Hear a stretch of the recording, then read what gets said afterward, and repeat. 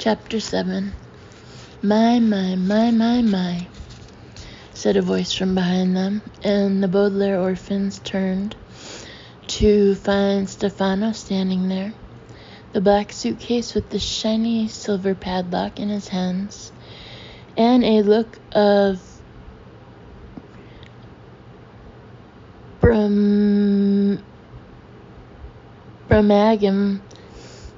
surprise on his face. Bramagam is such a rare word for fake that even Klaus didn't know what it meant. But the children did not have to be told that Stefano was pretending to be surprised. What a terrible accident has happened here. Snakebite. Whoever discovers this will be most upset. You, Violet began to say, but her throat fluttered, as if the fact of Uncle Monty's death were food that tasted terrible. You, she said again. Stefano took no notice. Of course, after they discover that Dr. Montgomery is dead, they'll wonder what became of those repulsive orphans he had lying around the house. But they'll be long gone. Speaking of which, it's time to leave. The Prospero sails at 5 o'clock from Hazy Harbor, and I'd like to be the first passenger aboard. That way I'll have time for a bottle of wine before lunch. How could you? Klaus whispered hoarsely. He couldn't take his eyes off Uncle Monty's pale face. How could you do this? How could you murder him? Why, Klaus, I'm surprised, Stefano said, and walked over to Uncle Monty's body. A smarty-pants boy like you should be able to figure out that your chubby old uncle died from snakebite, not from murder. Look at those teeth marks. Look at his pale face. Look at these staring eyes. Stop it, Violet said. Don't talk like that. You're right, Stefano said. There's no time for chit-chat. We have a ship to catch. Let's move. We're not going anywhere with you, Klaus said. His face was pinched with the effort of focusing on their predicament rather than going to pieces. We will stay here until the police come. And how do you suppose the police will know to come? Stefano said. We will call them, Klaus said, in what he hoped was a firm tone of voice, and began to walk toward the door. Stefano dropped his suitcase, the shiny silver padlock, making a clattering sound as it hit the marble floor. He took a few steps and blocked Klaus's way, his eyes wide and red with fury. I am so tired, Stefano snarled, of having to explain everything to you. You're supposed to be so very smart, and yet you always seem to forget about this. He reached into his pocket and pulled out the jagged knife. This is my knife. It is very sharp and very eager to hurt you, almost as eager as I am. If you don't do what I say, you will suffer bodily harm. Is that clear enough for you? Now get in the damn jeep. It is, as you know, very, very rude and unusually unnecessary to use profanity. But the Baudelaire orphans were too terrified to point this out to Stefano. Taking a last look at their poor Uncle Monty, the three children followed Stefano to the door of the reptile room to get in the damn jeep. To add insult to injury, a phrase which here means, quote, forcing somebody to do an unpleasant task when they're already very upset, unquote. Stefano forced Violet to carry his suitcase out of the house, but she was too lost in her own thoughts to care. She was remembering the last conversations she and her siblings had had with Uncle Monty, and thinking with a cold rush of shame that it hadn't really been a conversation at all. You will recall, of course, that on the ride home from seeing zombies in the snow, the children had been so worried about Stefano that they hadn't said a word to Uncle Monty, and that when the Jeep had arrived at the house, the Baudelaire orphans had dashed upstairs to hash out the situation without even saying goodnight to the man who now lay dead under a sheet in the reptile room. As the youngsters reached the Jeep, Violet tried to remember if they had even thanked him for taking them to the movies, but the night was all a blur.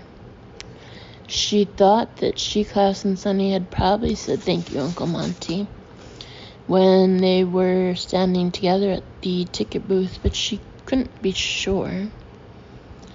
Stefano opened the door of the Jeep and gestured with the knife, ushering Klaus and Sonny into the tiny back seat, and Violet, the black suitcase heavy on her lap, into the front seat beside him.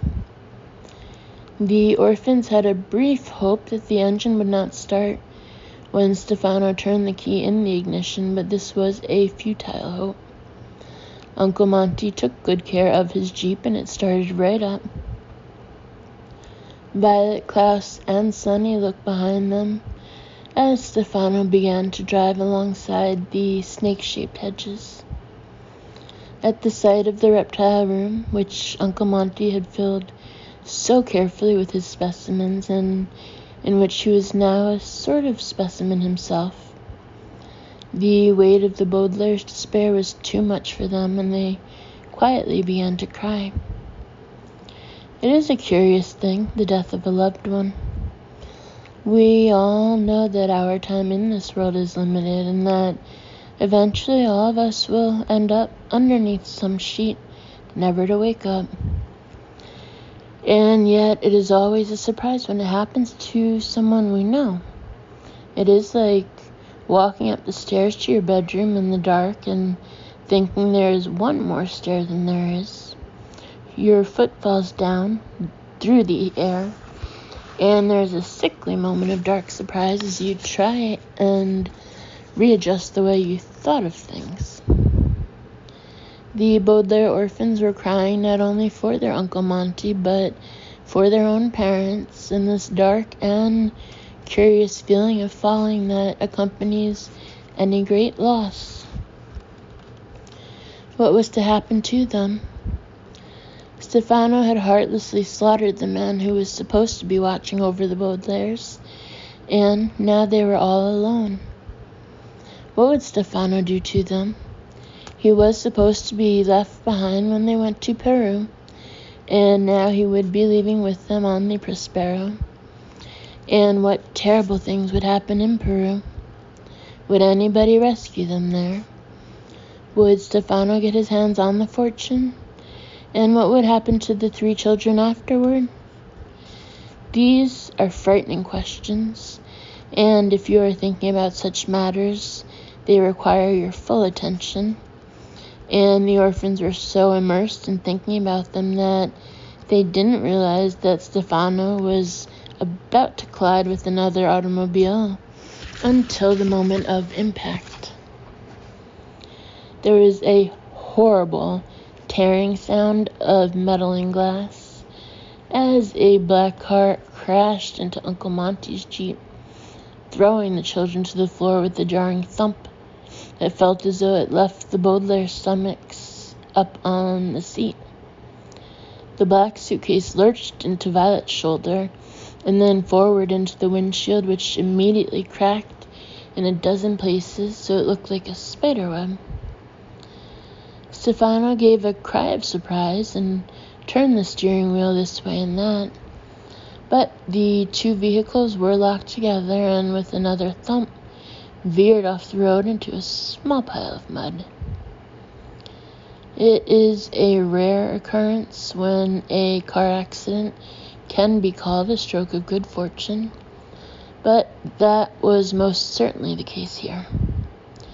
With the snake-shaped hedges still clearly visible behind them, the Baudelaire's journey toward Hazy Harbor had stopped. Stefano gave another sharp cry, this one of rage. "Blasted furnaces of hell," he shouted, as Violet rubbed her shoulder to make sure she wasn't seriously hurt. Klaus and Sonny got up cautiously from the Jeep floor and looked at the cracked windshield. There appeared to be only one person in the other car, but it was hard to tell, as that vehicle had clearly suffered much more damage than Monty's Jeep. Its entire front had pleated itself together like an accordion, and one hubcap was spinning noisily on the pavement of Lousy Lane, making blurry circles as if it were a giant coin somebody had dropped. The driver was dressed in gray and making a rough hacking sound as he opened the crumpled door of the car and struggled his way out. He made the hacking sound again and then reached into a pocket of his suit and pulled out a white handkerchief. "It's Mr. Poe," Klaus cried. It was Mr. Poe, coughing away as usual, and the children were so delighted to see him that they found themselves smiling despite their horrible circumstances. "Mr. Poe," Violet cried, reaching around Stefano's suitcase to open the passenger door. Stefano reached out an arm and grabbed her sore shoulder, turning his head slowly so that each child saw his shiny eyes. "This changes nothing," he hissed at them. "This is a bit of luck for you, but it is your last. The three of you will be back in this car with me and heading toward Hazy Harbor in time to catch the Prospero, I promise you." "We'll see about that," Violet replied, opening the door and sliding out from beneath the suitcase. Klaus opened his door and followed her, carrying Sonny. "Mr. Poe, Mr. Poe." "Violet?" Mr. Poe asked. "Violet Baudelaire, is that you?" "Yes, Mr. Poe," Violet said. "It's all of us, and we're so grateful you ran into us like this." "Well, I wouldn't say that," Mr. Poe said. "This was clearly the other driver's fault. You ran into me." "How dare you!" Stefano shouted and got out of the car himself, wrinkling his nose at the smell of horseradish that filled the air. He stomped over to where Mr. Poe was standing, but halfway there the children saw his face change from one of pure rage to one of Brummagem, confusion and sadness. Brummagem, confusion and sadness. "I'm sorry," he said in a high, fluttery voice. "This whole thing is my fault. I'm so distressed by what has happened that I wasn't paying any attention to the rules of the road. I hope you're not hurt, Mr. Poe." "It's Poe," Mr. Poe said. "My name is Poe. I'm not hurt. Luckily, it looks like nobody was hurt. I wish the same could be said for my car. But who are you, and what are you doing with the Baudelaire children?" "I'll tell you who he is," Klaus said. "Please, Klaus," Mr. Poe admonished, a word which here means reprimanded Klaus, even though he was interrupting for a very good reason. "It is not polite to interrupt." "My name is Stefano," Stefano said, shaking Mr. Poe's hand. I was Dr. Montgomery's assistant." "What do you mean was?" Mr. Poe asked sternly. "Were you fired?" "No, Dr. Montgomery. Oh, excuse me." Stefano turned away and pretended to dab at his eyes, as if he were too sad to continue. Facing away from Mr. Poe, he gave the orphans a big wink before continuing. "I'm sorry to tell you there's been a horrible accident, Mr. Doe. Dr. Montgomery is dead. Poe, Mr. Poe said. He's dead? That's terrible. What has happened? I don't know, Stefano said. It looks like snakebite to me, but I don't know anything about snakes. That's why I was going into town to get a doctor. The children seemed too upset to be left alone. He's not taking us to get a doctor, Klaus shouted. He's taking us to Peru. You see what I mean, Stefano said to Mr. Poe, patting Klaus's head. The children are obviously very distressed. Dr. Montgomery was going to take them to Peru today. Yes, I know, Mr. Poe said. That's why I hurried over here this morning, to finally bring them their luggage. Klaus, I know you're confused and upset over this accident, but please try to understand that if Dr. Montgomery is really dead, the expedition is canceled. But, Mr. Poe, Klaus said indignantly. Please, Mr. Poe said. This is a matter for adults to discuss, Klaus. Clearly, a doctor needs to be called. Well, why don't you drive on up to the house, Stefano said, and I'll take the children and find a doctor. Jose! Sonny shrieked, which probably meant something like, no way. Why don't we all go to the house, Mr. Poe said, and call for a doctor? Stefano blinked, and for a second his face grew angry again, before he was able to calm himself and answer smoothly. Of course, he said, I should have called earlier. Obviously, I'm not thinking as clearly as you. Here, children, get back in the jeep, and Mr. Poe will follow us. We're not getting back in that car with you, Klaus said firmly. Please, Klaus, Mr. Poe said. Try to understand.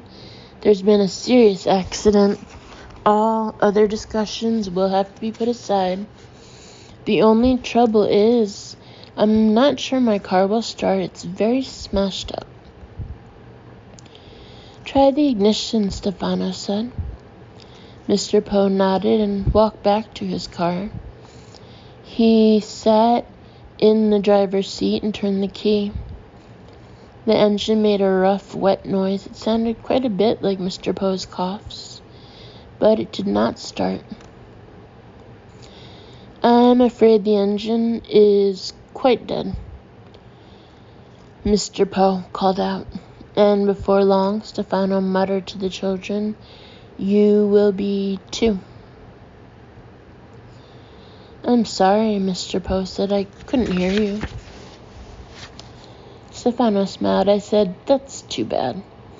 Well, why don't I take the orphans back to the house and you walk behind us? There isn't room for everyone. Mr. Poe frowned, but the children's suitcases are here. I don't want to leave them unattended. Why don't we put the luggage into your car, and the children and I will walk back to the house? Stefano frowned. Well, one of the children should ride with me so I won't get lost. Mr. Poe smiled, but you can see the house from here. You won't get lost. Stefano doesn't want us to be alone with you, Violet said, finally speaking up. She had been waiting for the proper moment to make her case. He's afraid that we'll tell you who he really is and what he's really up to. What's she talking about? Mr. Poe asked Stefano. I have no idea, Mr. Toe, Stefano replied, shaking his head and looking at Violet fiercely. Violet took a deep breath. This man is not Stefano, she said, pointing at him. He's Count Olaf, and he's here to take us away. Who am I? Stefano asked. What am I doing? Mr. Poe looked Stefano up and down and then shook his head. Forgive the children, he said. They are very upset. Count Olaf is a terrible man who tried to steal their money, and the youngsters are very frightened of him. Do I look like this, Count Olaf? Stefano asked, his eyes shining. No, you don't, Mr. Poe said. Count Olaf had one long eyebrow and a clean-shaven face. You have a beard, and if you don't mind my saying so, no eyebrows at all. He shaved his eyebrow, Violet said, and grew a beard. Anyone can see that. And he has the tattoo, Klaus cried, the eye tattoo on his ankle. Look at the tattoo. Mr. Poe looked at Stefano and shrugged apologetically.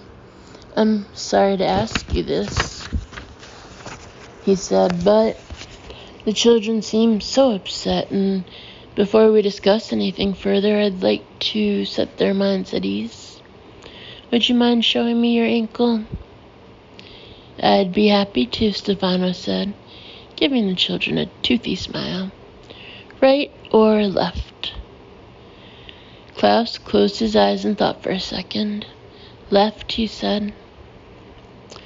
Stefano placed his left foot on the bumper of Uncle Monty's Jeep, looking at the Baudelaire orphans with his shiny, shiny eyes.